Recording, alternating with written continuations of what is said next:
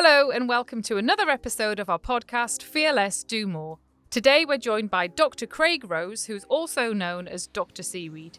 Craig is a marine biologist and an entrepreneur who is bringing seaweed to the market as a natural and sustainable superfood. Stay tuned to learn about the magical properties of seaweed and how it can benefit us all. So seaweed is a forgotten food. Every culture at some point has eaten seaweed, has put it on the land for fertilizer, has fed it to animals. But ultimately for us, it's the nutrition. So everything's in there, but the key thing is a nutrient called iodine. We're always walking a fine line, because like I say, we're up against brands that are just saying literally, this will make you lose weight in a week or whatever it might be. And you've got to sort of compete in the sense the messaging has to be appealing, but you've got to retain credibility. And so we have to be aligned for them, but equally work in the wider market. Seaweed, I'm not saying it's the solution for everything, but it gives hope, you know, that it literally, to all the mega trends of plastics, so biomaterials, biofuels, potentially nutrition, pharmaceuticals. So there's loads of research on seaweed extracts for sort of anti-cancer properties, anti-tumor, all sorts of stuff. And it's massively under-researched. Craig, welcome. Thank you. Would you prefer if I called you Dr. Seaweed? Always prefer that. Right, okay. Well, doctor. the name Dr. Seaweed is actually factual because you are a doctor, you have a PhD. Yeah. And you started life as did you start life as a marine biologist? Was there a history before that? Well, I mean, there was a bit of a history, but yeah, I mean, basically, marine biology was what I came, I'm from Leeds, came to University of Newcastle, did marine biology, did a master's, did a PhD, and then various bits and bobs in between. And then, 12 years ago, I registered Dr. Seaweed as a trademark before any ideas of what I'd do with it. It was from a joke someone had made about being a doctor. I was working with seaweed in a unrelated industry, because now it's food and nutrition, but before it was something else. But yeah, so that's where it was born. So yeah, I had a life before, but maybe not as interesting. So I mean, marine biologist, I mean, I did a geography degree, and what people would ask me when I was doing my degree, so you're going to be a teacher? There's probably a similar sort of thing when you're a marine biologist. It's like, oh, you're going to go and study whales. Yeah, that's what I just wanted to dive every day. Yeah. Marry money, and that was my life plan, live somewhere hot. But no, ended up staying in the Northeast, which I love. So I've been here, since 1997, so it's a long time. What I've tried to achieve is balancing that love, because I did love, and still do love, marine biology, but I was never going to be an academic. I don't know how I got a PhD, I was never clever enough, but trying to get that commercial aspect as well and try and bring the two together, which is what seaweed has allowed me to do. So you were always intentional about, you wanted to have your own business that had something to do with marine biology? I honestly didn't think that far ahead, but I think when I did my degree and my master's, and then they offered a PhD, which I had zero interest in doing. And someone said to me at the time, they're like, well, you can go get a job and earn a bit more money, or you can get a PhD, spend 3 or 4 years, and no one can take it away from you. You'll just spend the money, but you'll have your PhD forever. And that really resonated, and I thought, why not? So I did that, and then it was actually when I looked at academics, it's quite a tough life for academics. You've got to balance a lot of different things, and they're not paid particularly well, but it's a lot of work. And I saw especially as researchers, it's sporadic. You might get 1 6-month project, then you've got nothing. And I realized actually running a business or starting a business, which is what my dad had always done, and I've seen how up and down that can be. I thought, well, they're taking huge risks. Personally, they can't get mortgages, all that sort of stuff. So why not take an actual risk and start a business? So I'd done other businesses before this one. So and at that age, when you're used to living off nothing, it's the best time. Yeah, got nothing to lose, have you? Exactly. What's the worst that could happen if it goes wrong? Exactly. Yeah. So you had a role model there in your dad who had a business. Was that in anything to do with marine biology? Right, okay. Yeah, menswear, totally unrelated. But I think when you grow up seeing ups and downs, like not huge ups, but lots of downs, it just becomes normal. And that element of risk is removed. Whereas if you grow up with a quite stable, parents with teachers or whatever there might be, perhaps, I don't know because I didn't do it, you're less inclined to automatically see it as just another route. because it's the unknown and therefore fear follows from that. Exactly. So the business itself, tell us about the business as it is now. So I started it in 2015. So it's Seaweed Co is the business, the company name. So we started, so I'd known these guys up in the Outer Hebrides on the Isle of Lewis probably for nearly 20 years now. They harvest seaweed at a big scale. It's a big company now. They've done incredibly well. They started from nothing. They saw the opportunity with seaweed into animal feed, horticulture, they're in cosmetics, but I started working with them for food. So in 2015, we got what was then a Virgin startup loan, bought some equipment that's in their factory. So we process all the food grade seaweed. So it's basically harvested from the wild on these sorts of weird looking boats. They have the license, the king, the crown basically owns the seabed. So they have a license there, and then it's dried and then it goes through our equipment and we mill it to a powder and we do other stuff with it. And then that's where we started, business to business, seaweed to food companies, nutrition companies. And that was sort of the first few years, and we still do that now. And we've supplied into like Marks and Spencer's products, Sainsbury's, PepsiCo, all sorts. Then in 2018, we launched Dr. Seaweed. I'd already registered the trademark years before, and the vision always was... Say again? As an IP lawyer, I'm pleased to hear it. I did that myself, worryingly, but then I've since used lawyers who have done a much better job. But the idea was always how... The whole ethos of the company is for people to look and feel wonderful with seaweed. So you have to deliver it in a way that's appealing. So a finished product brand, a consumer brand like Dr. Seaweed was a way of doing that. So now it's in capsules, it's in teas, it's in powder blends. So it's all, we say from seed to store or seed to your door. So it's that full vertical integration, as they call it, all the way through. And what's so special about seaweed? Oh my goodness, how long? So seaweed, it's a forgotten food. Every culture at some point has eaten seaweed, has put it on the land for fertilizer, has fed it to animals, because it's so hugely nutrient dense, but also it's massively sustainable. There's huge volumes of it. There's about 10,000 different types in the world. We focus on one. But ultimately for us, it's the nutrition. So everything's in there, but the key thing is a nutrient called iodine. A lot of people haven't even heard of iodine, but it's essential. You have to get it in your diet. So you need iodine for your thyroid to work right, which is this gland in the neck. It produces hormones that have got iodine attached. Without those, lots of things go wrong because those hormones affect every cell in the body, from the brain to weight management to energy, skin, hair and nails, all sorts of stuff. You only get it from fish, particularly white fish and dairy, and then seaweed. Up to 84% of women in the UK are deficient in iodine. Right. So it's huge number. If that was calcium or iron, there'd be a huge outcry. So the awareness is growing, but seaweed basically is plugging that gap in this massive nutritional deficiency. So the products that you supply are supplements? Yeah, predominantly, yeah. So the B2B side is the ingredients that we supply, like I said, into other supplement brands, into food companies. But the Dr. Seaweed products all center, the brand, another trademark. So the ingredient's called Pure Sea. And that Pure Sea ingredient is in all of our Dr. Seaweed products. And we refer to it as like the Intel inside. That's what drives the brand, it drives the product. And then we blend that with other nutrients, all natural, to support, for example, menopause. We recently launched one to support endometriosis symptoms. We've got ones for focus and brain health, immune support, collagen. Because iodine, as I mentioned, the key nutrient in the seaweed, because it's so integral to all sorts of different aspects of health and bodily function, that then underpins the products, and with other nutrients, all approved health claims as well, all legally compliant, which isn't always the case in the world we're in. Yeah, I was going to ask you about that, because I think, there's so many, particularly with the rise of social media and sales of all sorts of things from everywhere across the world, that are miracle cures for everything under the sun, and people, demonstrating products where you think that is clearly just a mock-up, but lots of people are persuaded by that. The doctor bit becomes really important, the sort of the fact that you have the scientific credibility behind what you're doing. Have you found that it's been quite difficult to persuade people that this is... We're always walking a fine line, because like I say, we're up against brands that are just saying utter crap, like literally this will make you lose weight in a week or whatever it might be. And you've got to sort of compete in the sense the messaging has to be appealing, but you've got to retain credibility. And we're in Boots, we're in Holden Barrett, we're on QVC, the TV shopping, and they are the strictest by far legally.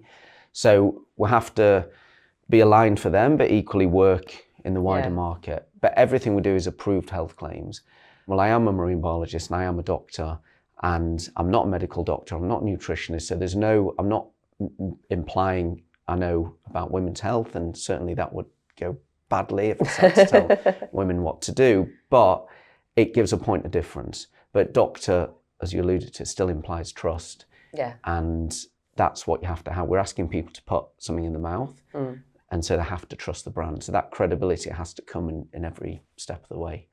So I mean, the branding's quite, so it's for people who are on audio, Dr. Seaweed has brought with him some samples of products, and the branding's quite distinctive. It's quite unusual, and it's quite, it's quite colourful. Were you involved with the sort of design of the brand as well? Yeah, so when the branding agency, so it was actually originally called Dr. Seaweed's Weed and Wonderful. And the idea was, first of all, we wanted it to, even though we knew we were going down a supplement route, we wanted it to be more like a food brand, so more exciting. Even though it's serious in the sense you're talking about health, it needs to be appealing and engaging. So that's why it's colourful, and there's a range. I think we've got 8 products in the range now. So they can all sit together, but look different. The Weed and Wonderful, which we've since dropped because everyone thought we're either doing CBD or cannabis. That's where my mind went straight away. And that is also a registered trademark. Or I was a gardener because I used to have a van branded Dr. Seaweed's Weed and Wonderful. So that dropped because it was just confusing. And we have anecdotally seen in the likes of Holland & Barrett, the sales go up since with just Dr. Seaweed because it's just clearer for the consumer just browsing. But yeah, so across the range, it's to try and be very appealing, very engaging, and instantly recognisable. Okay. I mean, I'm fascinated by the whole seaweed thing. Was that the subject of your PhD? No, I mean, this could really get boring, but the PhD was effectively on like habitat creation. So basically putting stuff in the sea and things will grow on it. But there is a lot of that. So we wild harvest the seaweed. The guys we work with do that. And that requires heavily on the sustainability of that species, but there's a huge growth area of cultivating. In Asia, they are light years ahead, as with most things, but it's coming in parts of Europe and the US. So that links back to the PhD in terms of growing stuff in the sea sustainably. Yeah, because certainly in Japan, seaweed has always been an integral part of... Which came from a British woman in the 1950s. Did it? Yeah, it's a good... Tell me about that. So she was called Kathleen Drew. Yeah. So I think it was the 1950s, but back then for a woman to be in academia was a big deal. But she discovered the life cycle. So the seaweed nori, which is what you have around your sushi, that's the huge industry in Japan and South Korea. And no one could work out how it went basically from a baby to an adult seaweed. And she worked out that life cycle, published it in a scientific journal. The Japanese saw it and basically commercialized it. So as always, we were just giving our IP away. And that's now a multi-billion-dollar industry. They have a festival tour in parts of Japan every year. They call her Mother of the Sea. So that there is a strong British, seaweed industry, and there always has been, especially in Scotland. Yes, because so you say you're based up in the Outer Hebrides. What's wrong with the seaweed off the coast of Northumberland? Well, so the seaweed would do great. So the west coast of Scotland is amazing because the sea lochs go in and out, in and out. So the actual coastline is huge because you've got all those inlets, basically miles and miles and miles. The seaweed we use prefers sheltered areas, so like the sea lochs are ideal. Equally, the guys we work with there, they've got their factory there, they've got the harvesting rights. There is tens of thousands of tons. To do it in Northumberland, it's a much more exposed coastline. We don't have the infrastructure here. Right, okay. Even though we have manufacturing up there, I don't consider the company a manufacturer. We're brand led, we're market led with manufacturing capabilities. Okay. We're not a manufacturer who's then selling products. And that for me is a really important mindset to have, because we always look to the market first. What do people want? What do they need? How do we get it to them? And then we'll work out the manufacturing around that. You mentioned sustainability a couple of times. What makes seaweed so sustainable?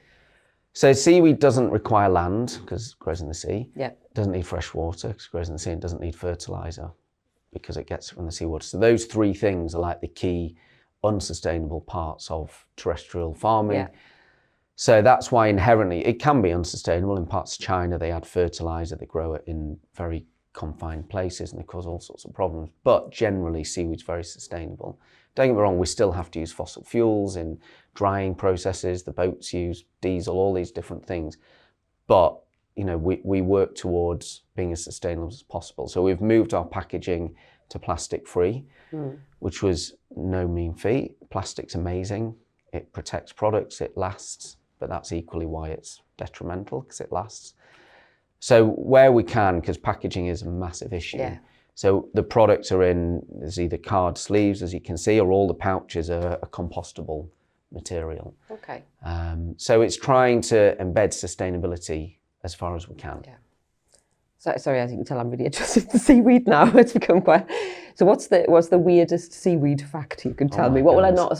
Tell me something I don't know about seaweeds. That's really fascinating. I mentioned there's like over 10,000 species. Yeah, I mean, that's incredible. Really, really broad. It's the fastest growing plant on Earth. So the giant kelp can grow up to 2 feet a day in parts of the world. Yeah, at certain times of the year. So wow. it's super fast growing. So it is the things from seaweed, not how we work with it, but alginates and other extracts are used in everything from ice cream to toothpaste to giving the head on the beer, a pint of beer. So it's used across stuff that you would never even think of. But equally, there's things coming with seaweeds like bioplastics. So oil and gas is essentially just seaweed and other dead marine creatures that have been there for millions of years. Yeah. So there's companies effectively short-circuiting that. So taking seaweeds now and making plastics from it, or bioplastics. I get very depressed with the sort of look at the world as doom and gloom, and you watch it and it's super depressing. Seaweed, I'm not saying it's the solution for everything. Well, it sounds like it is to me. I'm sold. But it gives hope, that it literally, all the mega trends of plastics, so biomaterials, biofuels, potentially, nutrition, pharmaceuticals. So there's loads of research on seaweed extracts for sort of anti-cancer properties, anti-tumor, all sorts of stuff. So it's massively under-researched. And I don't know if this is an interesting fact or not, but where the seaweed we harvest grows in what's called the intertidal zone, so the bit between low and high tide. Okay. So twice a day, every day, it goes from being covered by the seawater to being exposed. So they say it's the harshest environment of any. If you're in a desert, it's dry pretty much all the time. Yeah. If you're in the North Pole, it's cold all the time. Here, twice a day, every day, you go from being covered in salt water to being dry, or if it rains, it's then fresh water, to being like different, sun to being covered, and every day, twice a day, all year long. So seaweeds have evolved with loads of different compounds to protect themselves, which give huge benefits nutritionally to us as well. And are all seaweeds edible? They don't all taste nice. But they're all edible. There's some, this is why the location is key as well, because seaweed will absorb whatever is in the water. Right, okay. So if you get it from the South China Sea, you're likely to be behind heavy metals and other pollutants. It will just absorb it. Some species love to grow in high nutrient environments, so around sewage outlets. They love, but equally that comes with sewage. So where we harvest on the Isle of Lewis, it's grade A pristine waters. So things like heavy metals, we can't control that. It's what's in the water, so you have to get it from somewhere safe. So they're effectively all safe, mostly, but where it comes from is really important. It can be contaminated by things that are in the water. Exactly. That's really interesting. So when you harvest seaweed, there's a picture on your website of you coming out of the sea holding two big.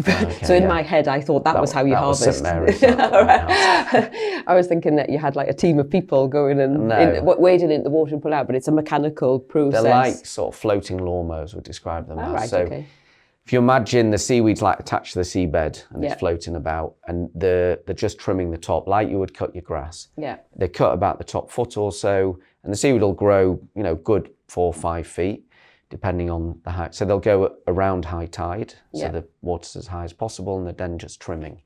So they are strange looking boats. They go very shallow, and they're just it's like a bit like a hedge trimmer. Right, they're just trimming the top. And then will it just grow back again? So there's research shows the more with that disturbance of cutting it, then the seaweed then thinks, oh, I've been predated on or I've been damaged, so I better grow faster. Right. So it can encourage growth. So that's why it's called seaweed, because it just literally grows like a weed. And it sounds like there aren't really many downsides to it, and it seems to have so many different applications that actually it's going to be very little waste. We have no waste. I mean, it's literally dried and milled. But it's even the guys who work within the Hebrides, they do liquid extracts for biostimulants and things like baby bio. It's basically seaweed extracts. Oh, right, okay. That might have, solid waste because it's a liquid extract, but even that has inherent value, fibers and all sorts of other nutrients. So yeah, it's great. I mean, the hand harvesting you mentioned, that was for a photo, but there's lots of, well, not lots, there's a few companies in the UK and around Europe doing hand harvesting. Some species you can't do it on a boat, you have to cut it because it'll be small or fiddly. Yeah.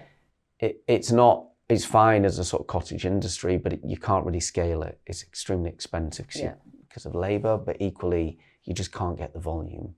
So the species we focus on, it has its downsides. It's not, I mean, I'm the first to say seaweed doesn't taste great, so we don't sell it for culinary purposes, but it can taste good in certain foods. So it's a flavour enhancer. Okay. MSG, monosodium glycerol, was originally derived from seaweeds. Right. So because it has that umami property, like lifts flavour, so it can be used to replace salt and just generally add flavour. So there is potential there, but what the companies we work with on the B2B side, the big ones like PepsiCo we supplied in, their first question is scale. Because there's no point them going for a seaweed where you can only get a few hundred kilos a year. They need tons. And if they can't get that, there's just no point. Fear Less, Do More is brought to you by the team at Square One Law. If you're enjoying this episode, hit follow or subscribe. It really helps us out, and it means that you won't miss out on any future episodes. We have some great fearless guests that leave you feeling really inspired. And if you think someone else would enjoy it too, feel free to pass it on, whether that's a mate, a colleague, or someone in your network. Thanks for listening. Now back to the conversation. Along the way, you must have learnt a lot. If you look back, what would you have done differently to what you've done now, other than choosing Weed and Wonderful things. And people thinking you were a major drug dealer? I wish I was that. I need more lawyers, it'd be good for you. I guess I try and not look at mistakes because it's a bit of a cliche, but they take you to where you are. Yeah. There's so many things that would have got us here faster, but you got to learn. And I think I was never an academic. That was a strange interlude, but I did enjoy it. You get into it. I think the learnings, I still look to the natural world because you see, so if you go diving, I don't even be diving, or you'll have seen it on a coral reef, it's hugely complex. There's gazillions of different species doing lots of different things. And what I've always taken from that is competition is very good because it drives innovation, and equally everyone has the niche, and you have to have your niche to survive. So, and you see it doesn't have to be a coral reef, it can be a rainforest anywhere. The more diversity there is, the more niches pop up. So a high street in central London is probably a lot more diverse than a high street in a small village, just because of that competition. So there's a lot to take from that about focus in the business. So knowing our market, I wasn't necessarily good at that at the start because you're just panicking about selling something to live. And over the last few years, we've really focused, which has seen much better growth. So by doing less, we can get more done. And the best advice on that someone gave me was learning to say no to good ideas. Yeah. So for example, we were exporting into Europe at one point, which was a nightmare. Since Brexit, it's like horrendous. But you felt you had to do it because there were opportunities, but we're a relatively small team, and it was just diverting resource, even if it's just time, from other things. So that's definitely been a lesson, is like knowing what you've always got to adapt. That's another lesson from the natural world. The survival of the fittest simply means the quickest to adapt to opportunities and change. So the adapting where you need to, but knowing where you need to get to and then focusing on it and not letting yourself get distracted.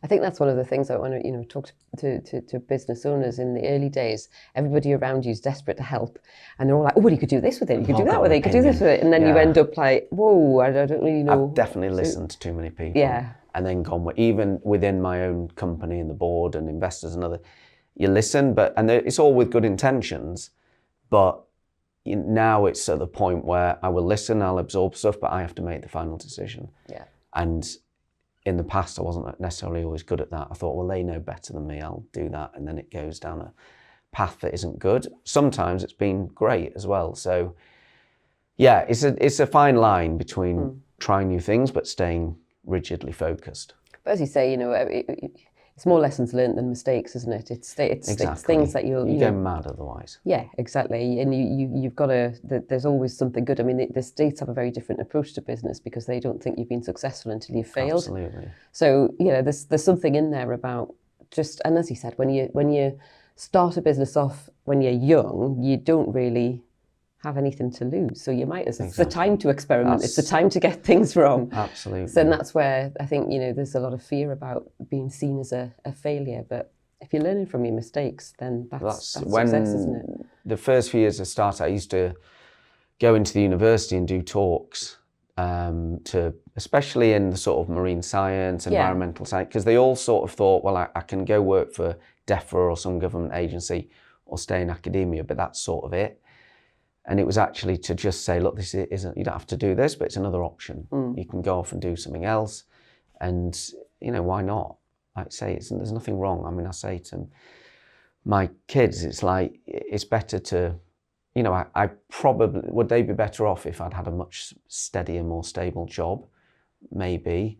But equally, it's trying to let them see they can take risks and they can do things differently and they can follow things. It's all the balance. And, I've probably not had my focus right at times, but it's, you've got to try things. I think it's so important for kids as well because, when I look at what my childhood was sort of 50 years ago compared to what it is for my kids who are now grown up, but when they were young, it's very protected. It's very much about, schools are all about risk management and safeguarding and protecting. And there is something that goes if you have that all the time. Massively. Because then, where are the entrepreneurs who are going to take the risks? So, we need people, role models, going, look, you can do this, and there's nothing, and there's nothing wrong with getting something wrong. Or you see it like, I know it's like the sort of penultimate role model, or not penultimate, the ultimate role model. Richard Branson, is the cliched entrepreneur, but he is fantastic, and he is. I never finished his autobiography. I read the first couple of chapters, but one thing that stuck was he keeps pushing himself so he might do, kite surfing or whenever he's been around the world or whatever. And it, there's a big marketing element to it, but he's putting himself in harm's way because you get too comfortable. Yeah. And the older you get as well, you crave comfort, you crave sort of routine and normality, but it's too easy to become quite narrow and you just have to keep pushing yourself. So outside of your day job, obviously I presume you still dive and get into the sea. Yeah. What's your favourite sort of dive spot that you've ever been to?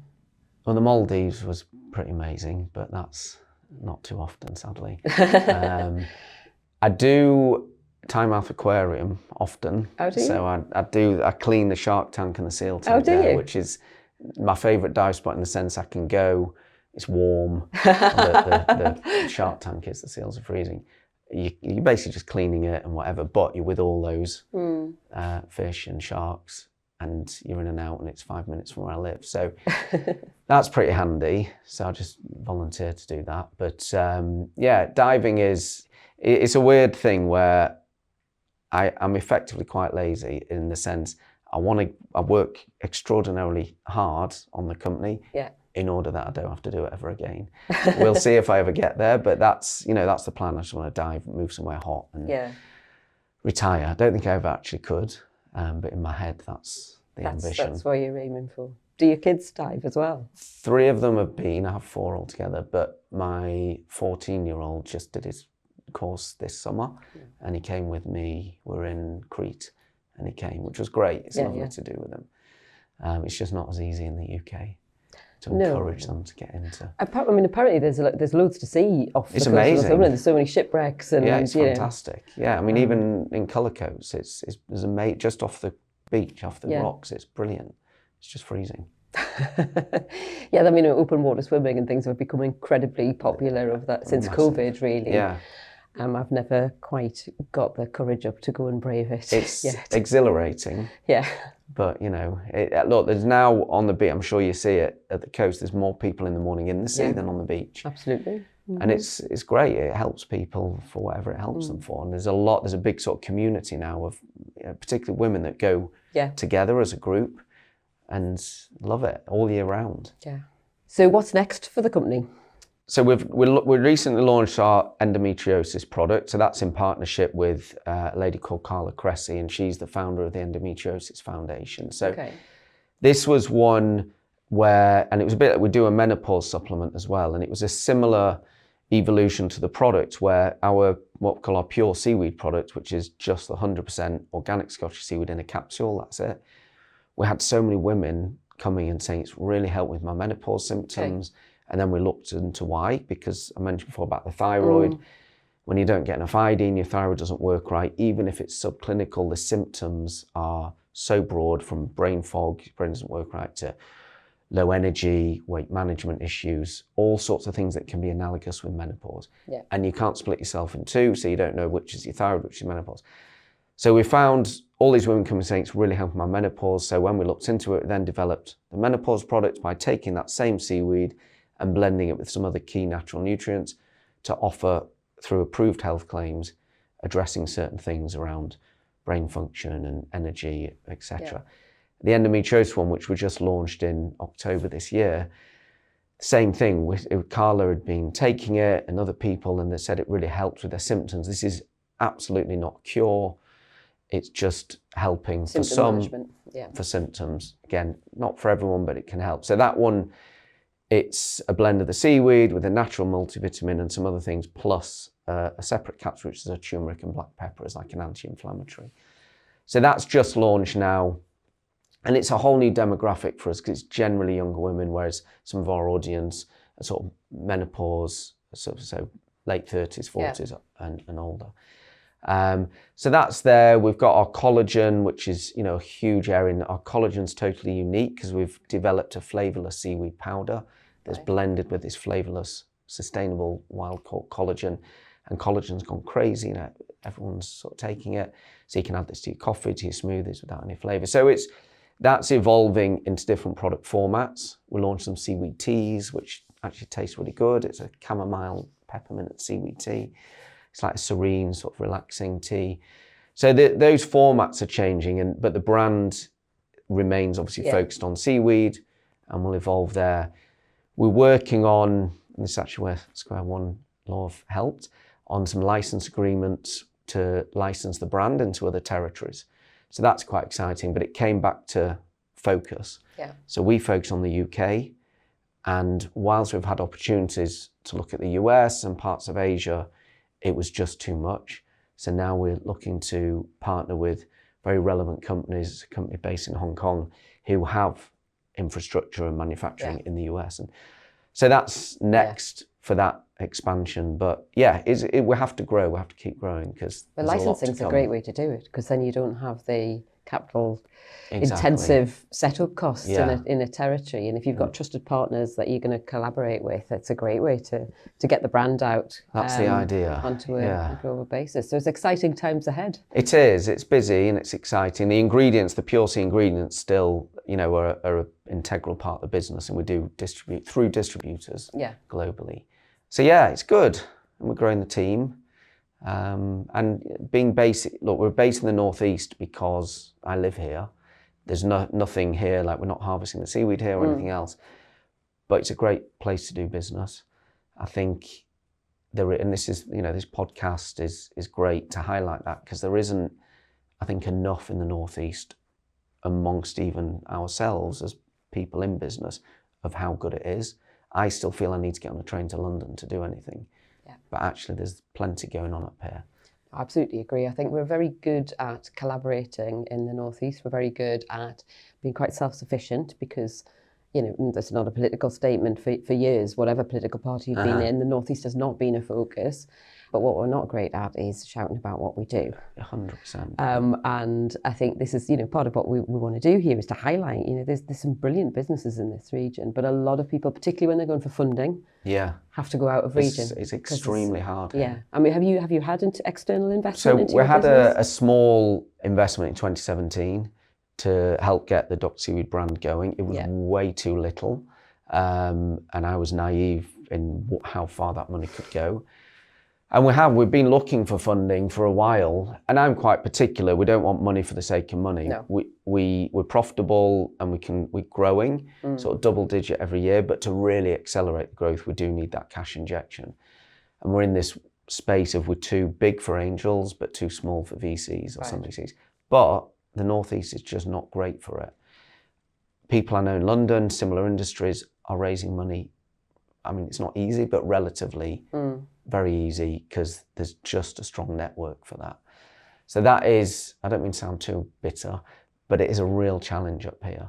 And, I get invited to business breakfasts in London all the time, but I can't just drop everything and spend, and the train, don't get me started on cost of train stuff. Yes, I know. That's a huge barrier to... Having just come back from Canada where the train, I did a 6-hour train journey that cost under 100 quid. To booking trains to London from Newcastle, and the standard price I was like 600 quid or something. It's ridiculous. It's honestly, it's such. I'm flying to meet a supplier. We're meeting in Spain because he's on holiday there, so I'm going to go out for 2 days. It's cheaper. It's like £90 for a flight.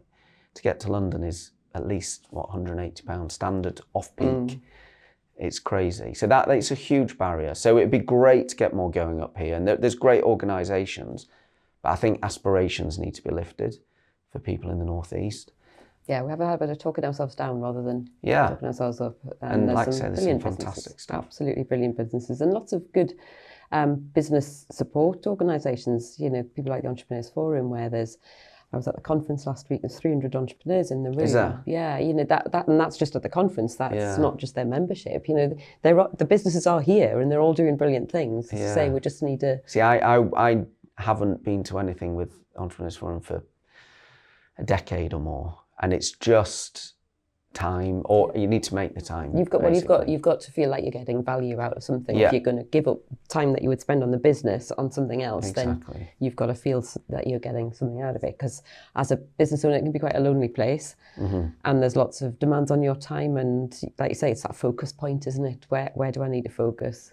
No, definitely. But it is. I mean, even Amy, who I deal with at Square One, she's beyond just talking about the specifics. She helps with ideas, and I think she genuinely enjoys it as well. She loves it, absolutely loves it. She's a big advocate for your your products. But she comes up with ideas, because you guys are dealing with lots of companies and even investors and other stuff. She's always, have you spoke to these guys?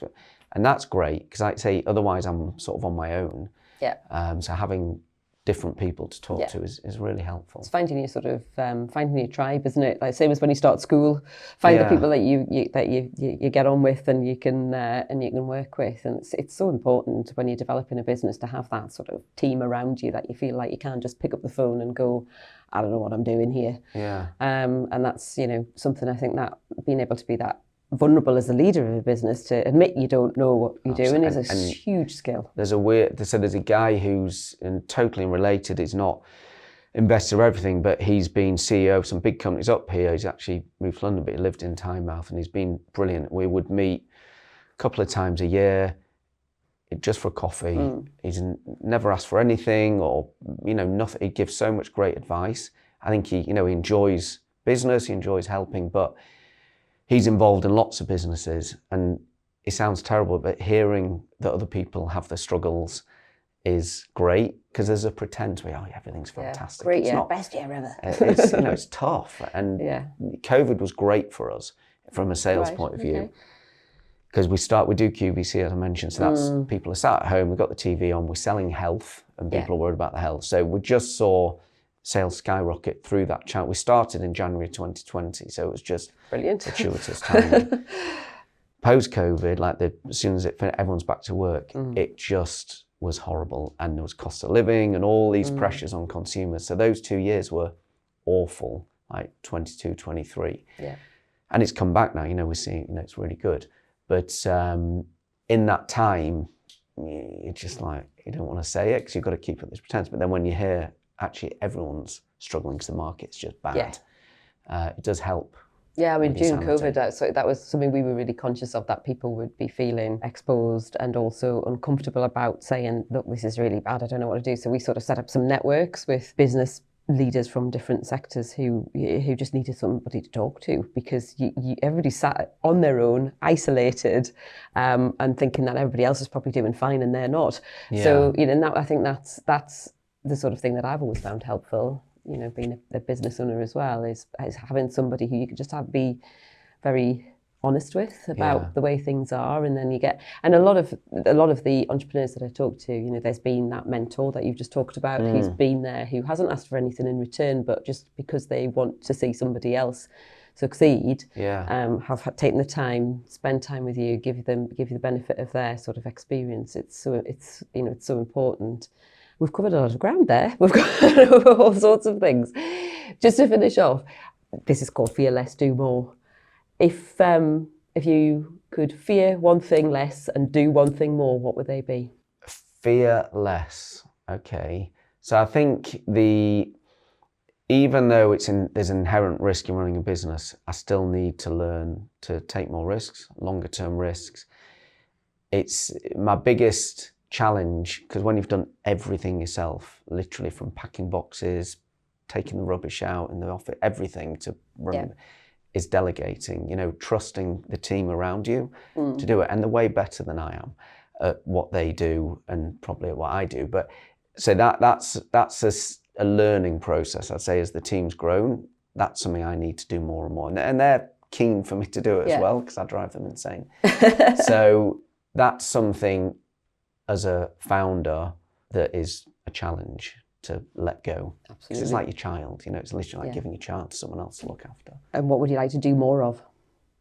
I need to do more of working on the business. So it sounds a bit of a cliche, but instead of working in the business, work on the business. And we see it work. The more I do things like this, getting the brand out there, spending time on the bigger picture stuff, we see it do well. And I still find myself going into, filling in forms for customers or checking the labels are straight on packaging and stuff that I just don't need to be doing. So do more of, fear less delegation and do more strategic sort of, so I can spend that time on which I enjoy. Yeah, it's difficult though, isn't it? When you've been in, excuse the pun, in the weeds, doing all of the day-to-day stuff, to then bring yourself out of that and look down and trust that the people that you've brought in are going to do a good job. I think it's a challenge that a lot of people it'll resonate with a lot of people. Yeah. Well, thank you very much for coming on. It's been I've learned so much. I think this has been a proper school day for me, so thank you for that. And I'm sure that a lot of the listeners and viewers and people that we come into contact with will be checking out your products now, because they sound fabulous on lots of levels. So and please, any questions they can, because I know it's health, they can get in touch. Remember, it's Doctor, spelled DOCTOR, if they're looking for us online. Well, we'll put the details into our episode notes, so that if people want to get in touch or want to check out. But genuinely, there's any questions on the health, whatever else, or how it can help, that's what we're here for. Great. Thank you very much. Thank you. Thank you. Thanks for listening to this episode of Fear Less, Do More, brought to you by Square One Law.